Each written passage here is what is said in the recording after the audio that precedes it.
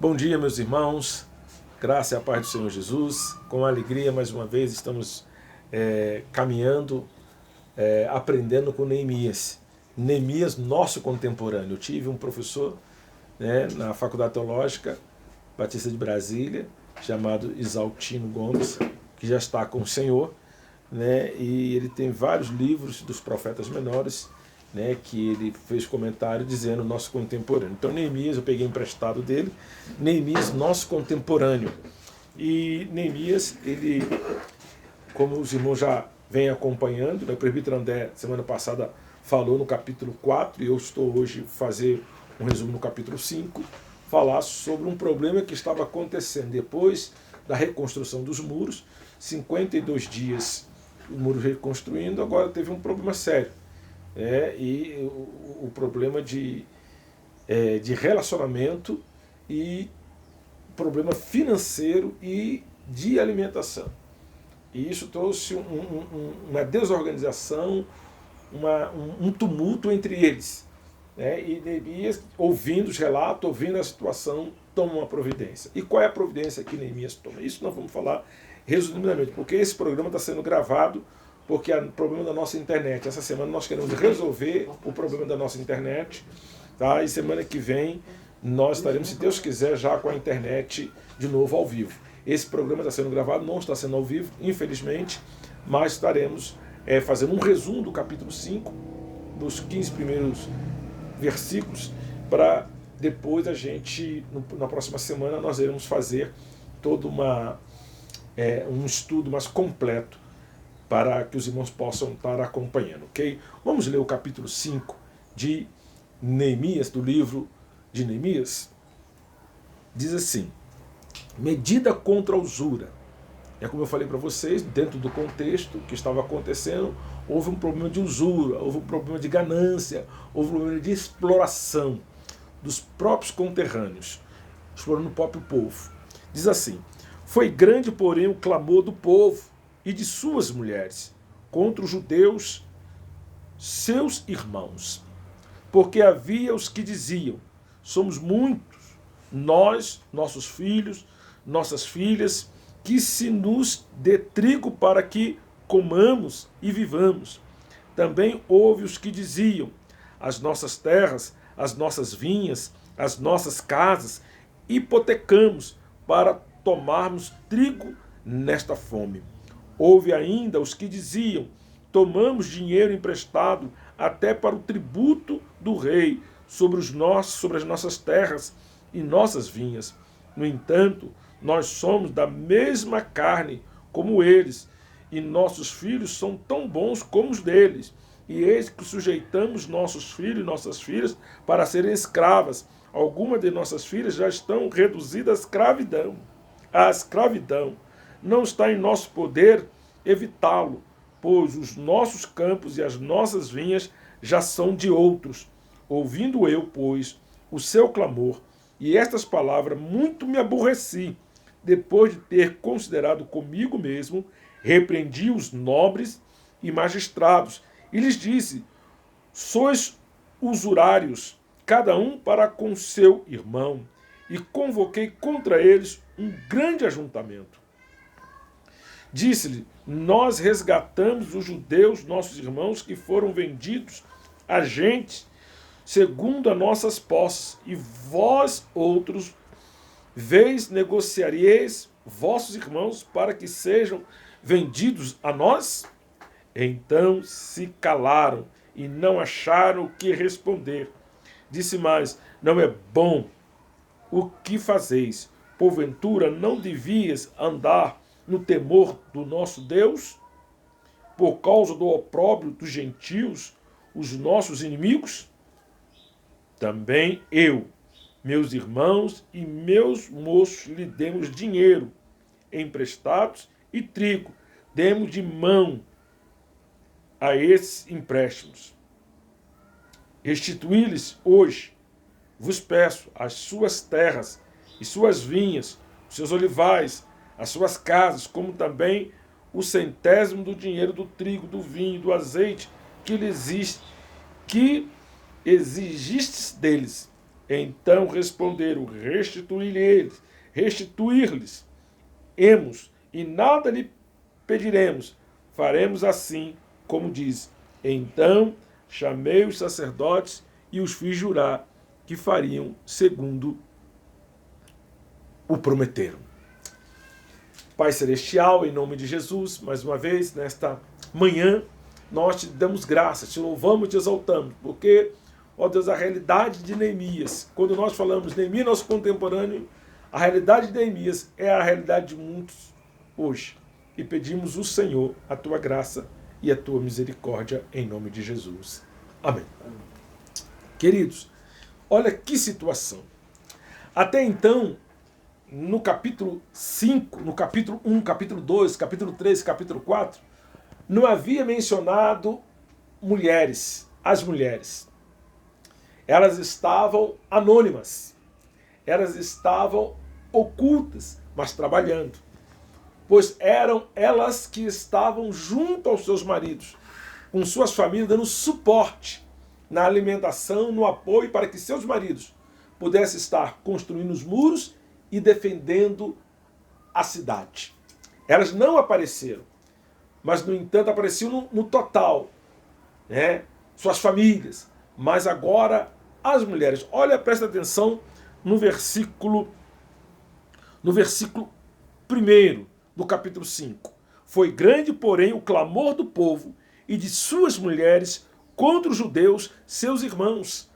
Queridos, nós não vamos nos delongar muito, nós vamos muito tempo, mas eu quero começar com essa situação. Quando a coisa entrou para dentro de casa, quando o problema entrou para dentro de casa, quando começou a faltar a comida para os filhos, quando começou a faltar o alimento para a família, as mulheres, as esposas, as donas de casa, as mães, as irmãs, as avós, as mulheres que estavam por detrás dando suporte para toda a família, para a reconstrução dos muros e para a restauração da porta da cidade, quando começou a faltar comida, quando elas viram a necessidade dos seus filhos, querido, elas deram o grito de guerra. Quando uma esposa, quando a mulher dá o grito, pode parar, sentar, atentar, que aí vem. Porque senão sabemos que o pau quebra na cabeça. Então, queridos, e isso, por que Neemias coloca isso aqui no texto? Ele escreve isso aqui, ele relata isso aqui, porque a coisa ficou numa situação insustentável. Insustentável. Porque eles estavam guardando a cidade, estavam protegendo. Mas agora, no capítulo 5, querido, agora o problema já estava acontecendo. Os magistrados, os mais ricos, os líderes, aqueles que tinham um poder financeiro maior, estavam emprestando dinheiro a juros. Emprestar dinheiro a juros não é pecado, mas para o povo de Israel, entre seus irmãos, era pecado. Eles não podiam emprestar dinheiro a juros para o seu irmão. Diz lá no livro da lei. Querido, dentro desse contexto, as famílias, os que tinham terra, os que lavravam na sua terra, que dependiam da plantação para colher, para vender e para manter a sua família, alimentar a sua família, não podia fazer mais isso. Eles estavam penhorando suas terras para os seus próprios irmãos, para os ricos, para os magistrados, para os nobres, né? E começou, para o povão em geral, começou a faltar comida. Começou a ter problemas, porque até os filhos e as filhas estavam sendo dados como penhor, como escravo, e também nos livros da lei, no Pentateuco, está escrito que um israelita não deve escravizar outro israelita.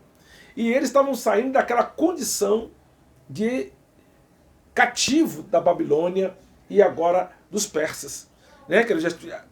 Ciro, quando entrou, libertou, falou que eles podiam voltar. E agora o próprio povo, os líderes do povo, né, os magistrados, os nobres, os que tinham poder aquisitivo, estavam escravizando, estavam se aproveitando da situação para se enriquecer mais.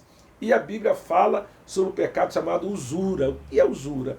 Queridos, é eu quanto mais tenho, mais quero, e uso me aproveito da fragilidade, da necessidade daquele que está precisando financeiramente de um socorro e exploro mais. Isso se chama ganância, né? Um oportunismo. Eu me dando bem, me enriquecendo, melhorando meu patrimônio, minhas condições, em cima da miséria, da necessidade do outro. Então, o texto vai discorrer em cima disso aqui. E quando as esposas, foram reclamar que os judeus, seus irmãos, estavam usando de esperteza, de manipulação, de usura com seus próprios irmãos, quando Neemias, o texto diz, quando Neemias ouviu isso, o texto diz que ele ficou aborrecido. O que ele ficou aborrecido? Ele ficou chateado. Ou melhor, ele ficou irado. Ele ficou indignado. Ele ficou, contudo, essa ira de Neemias não é uma ira pecaminosa. Uma ira justa.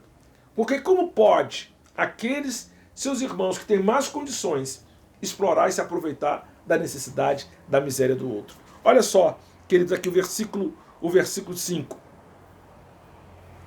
Ó, versículo 2 e o versículo 3, versículo 4 e versículo 5. Porque havia os que diziam, somos muitos, nós, nossos filhos, nossas filhas, que se nos dê trigo para que comamos e vivamos. Era uma questão de sobrevivência. Eles tinham passado por um cativeiro. Durante 70 anos, agora eles foram libertos, podiam voltar, já estavam na sua terra, mas agora havia uma ameaça real. Qual era essa ameaça? A necessidade de sobreviver, de comer, de se alimentar. Então, faltou o trigo, faltou o pão, os filhos e as filhas não tinham mais trigo para comer. E o trigo, sabemos, faz o pão, faz o bolo, faz a farinha. Então, ele faz muito alimento nutritivo para manter manutenção física. Então aqui vai. E também houve os que diziam, as nossas terras e as nossas vinhas, as nossas casas hipotecamos para tomarmos trigo nesta fome. Olha, a primeira coisa que daqui no versículo 2 diz aqui, porque dizia, houve vários níveis de reclamação, houve vários níveis de murmuração, houve vários níveis de petição, de abrir mesmo a verdade. E aqui no versículo 3, também foi os que os nossos filhos estavam passando necessidade, não tinha comida para eles. Agora, não só nossas filhas e nossos filhos, como também a nossa terra. Querido, eles tinham que ter a terra para plantar, para lavrar. Não podiam mais, porque foram hipotecadas. Ele hipotecou as casas, as terras, para comer, para comprar comida. Mas aí acabou a comida.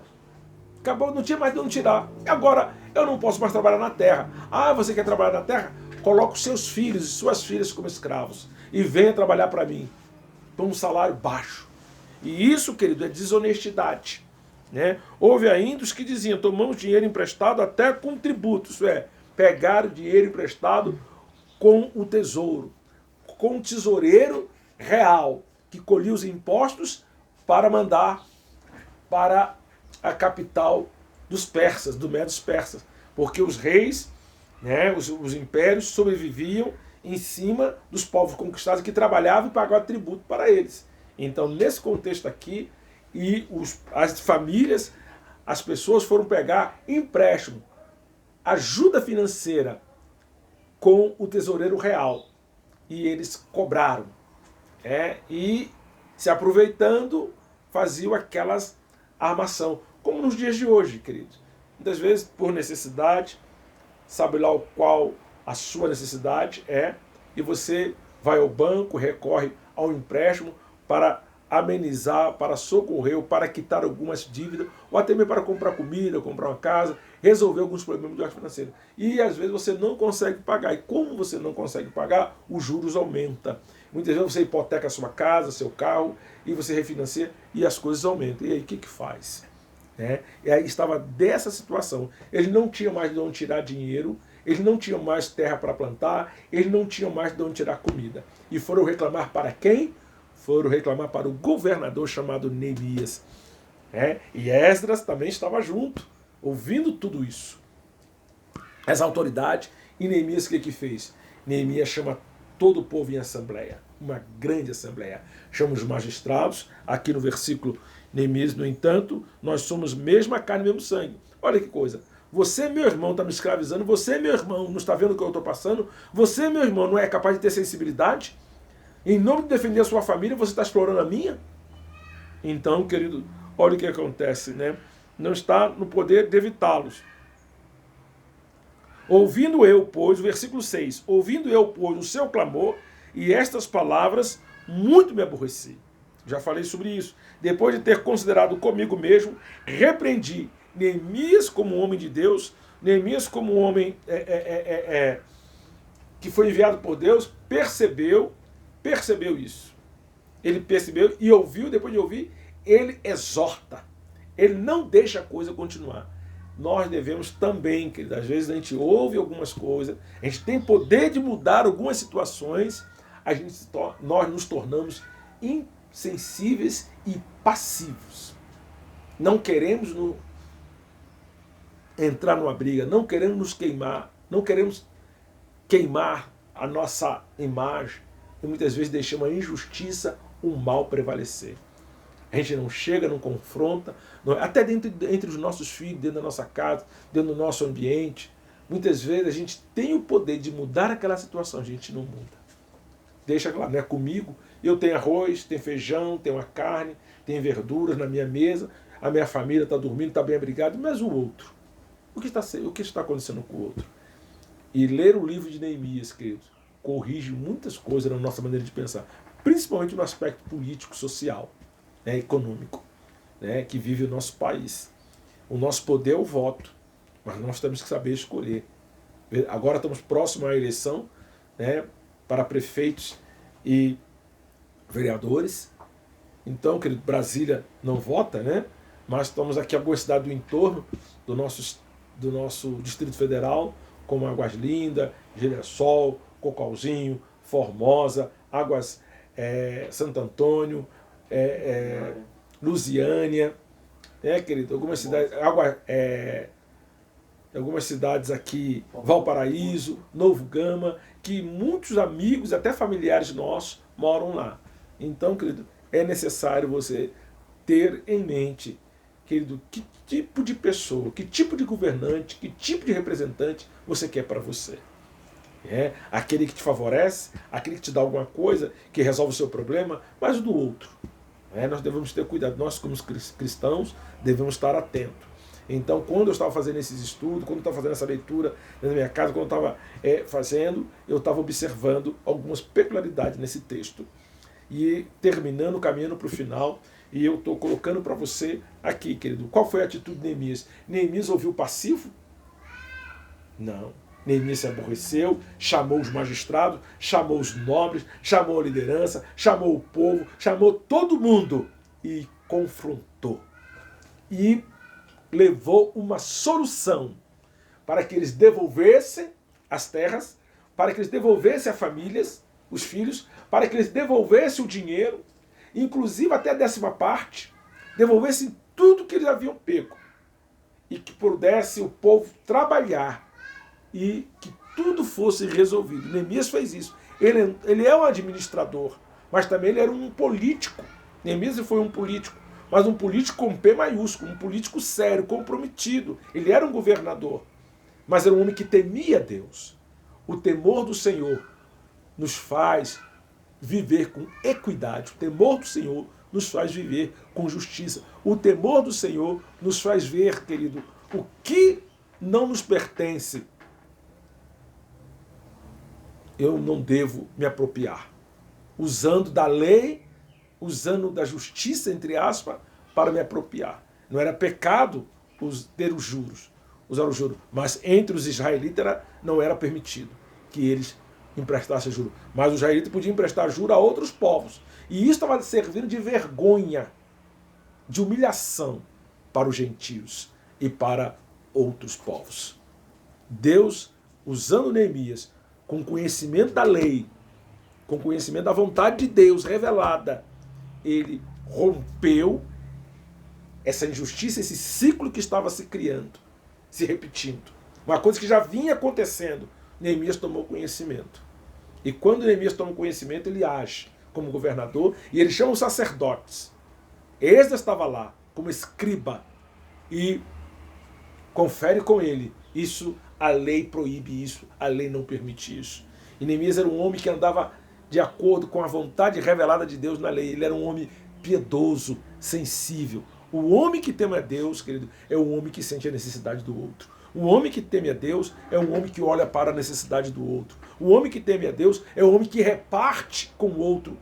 Neemias, o texto diz que o próprio Neemias, com seus moços e seus líderes, ele pega dele, empresta, doa. Ele empresta sem cobrar juros, sem nada. Ele doa. Ele é o exemplo, ele faz isso. Então, querido, uma das coisas mais desafiadoras para mim e para você, como cristãos, não como pastor, como líder, mas como cristãos, nós devemos ser exemplo, viver aquilo que pregamos. Sermos ouvintes praticantes da palavra, de lá em Tiago. Sermos ouvintes praticantes. E Neemias, ele nos inspira. Neemias torna-se um exemplo para nós de que devemos ter cuidado para que as nossas atitudes reflitam a glória de Deus, para que os nossos exemplos venham estar alicerçados, fundamentados na Escritura Sagrada. Aqui teve um problema sério, grave, que esse problema acontece até nos dias de hoje na nossa sociedade. E como acontece? E como a justiça tem sido comprada, manipulada. Então, querido, eu quero encerrar dizendo para você que Neemias é o nosso exemplo. Neemias resolve o problema. E os seus líderes, os líderes das nações, do povo, os nobres, repara o erro, devolve tudo e resolve o problema. E o povo volta para suas casas, felizes, contentes, mas diante de outro desafio. Mas aqui eles resolvem o problema. Você também tem que resolver problemas dessa natureza. Se você tem o poder para ajudar, para mudar, seja você um Neemias, um instrumento que Deus quer usar para trazer paz, alívio e conforto a outras famílias, a outras pessoas. Que Deus te abençoe. A paz do Senhor.